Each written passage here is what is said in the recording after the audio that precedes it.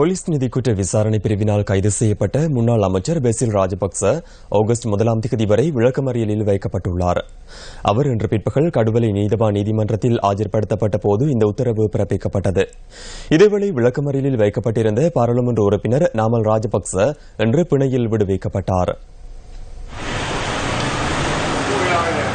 முன்னாள் அமைச்சர் பெசில் ராஜபக்ச திவிநிகும திணைக்களத்தின் முன்னாள் பணிப்பாளர் நாயகம் RAAK ரணவக் ஆகியோர் வாக்குமூலம் அளிப்பதற்காக இன்று போலீஸ் நிதிக்குற்ற விசாரணை பிரிவில் ஆஜராகினர். இதன்போதே இவர்கள் கைது செய்யப்பட்டனர். திவிநிகும திணைக்களத்தின் நிதியத்தை பயன்படுத்தி பிளாஸ்டிக் நீர்க்குழாய்களை கொள்வனவு செய்தவை தொடர்பிலேயே இவர்கள் கைது செய்யப்பட்டுள்ளனர்.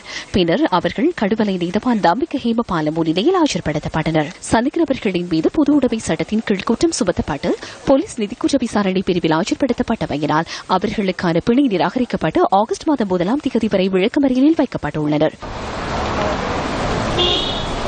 கடந்த ஜனாதிபதி தேர்தலின் போது திவிநிகும திணைக்களத்துக்கு சொந்தமான 2 கோடி ரூபாவை பயன்படுத்தி 50 லட்சம் நாற்காட்டிகளை அச்சிட்ட குற்றச்சாட்டில் பெசில் ராஜபக்ச 2015ஆம் ஆண்டு ஏப்ரல் 2ஆம் தேதி கைது செய்யப்பட்டு பின்னர் கடுவலை நீதவான் நீதிமன்றத்தில் ஆஜர்படுத்தப்பட்ட போது பிணையில் விடுவிக்கப்பட்டார். மாத்தறை பிரதேசத்தில் இடம்பெற்ற காணி கொடுக்கல் வாங்கல் தொடர்பில் கடந்த மே மாதம் 12ஆம் தேதி மீண்டும் கைது செய்யப்பட்ட பெசில் ராஜபக்ச பிணையில் விடுவிக்கப்பட்டார்.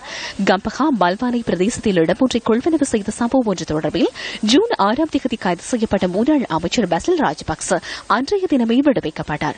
நீதிமன்ற உத்தரவின்படி பெசில் ராஜபக்சவை விளக்கமறியலில் வைப்பதற்காக ஏற்றி சென்ற பஸ் நீதிமன்ற வளாகத்தில் காருடன் மோதியமையினால் அவரை அழைத்து செல்வது ஒரு சில நிமிடங்கள் தாமதமாகியது.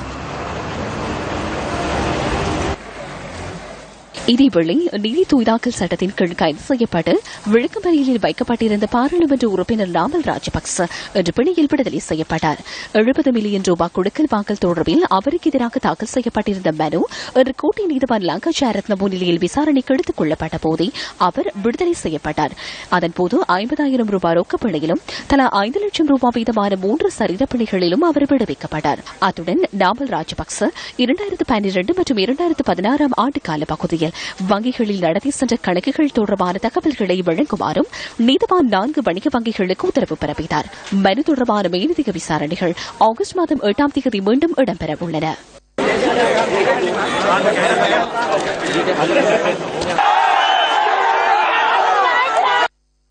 ரஷ்யாவுக்கான முன்னாள் இலங்கை தூதுவர் உதயங்க வீரதுங்கவை கைது செய்வதற்கு பிடியாணை பிறப்பிக்குமாறு போலீஸ் நிதிக்குற்ற விசாரணை பிரிவு விடுத்த கோரிக்கையை நீதிமன்றம் இன்று நிராகரித்தது. 2006ஆம் ஆண்டு இலங்கை விமானப்படைக்கு மிக் விமானங்களை கொள்வனவு செய்தபோது இடம்பெற்றதாக கூறப்படும் மோசடிகள் தொடர்பான விசாரணைக்கு வாக்குமூலம் வழங்க உதயங்க வீரதுங்க வருகை தராமையினால் அவரை கைது செய்வதற்கு பிடியாணை பிறப்பிக்குமாறு போலீஸ் நிதிக்குற்ற விசாரணை பிரிவு கோரிக்கை விடுத்திருந்தது. கோட்டை நீதிவான் லங்காச்சாரத்ன இந்த வேண்டுகோளை நிராகரித்ததுடன் உதயங்க வீரதுங்கவின் வெளிநாட்டு முகவரிக்கு வெளிவிவகார அமைச்சுடன் கலந்துரையாடி அறிவித்தல் பிறப்பிக்குமாறு குறிப்பிட்டார். மனு மீதான விசாரணை எதிர்வரும் 26ஆம் தேதி ஒத்திவைக்கப்பட்டுள்ளது.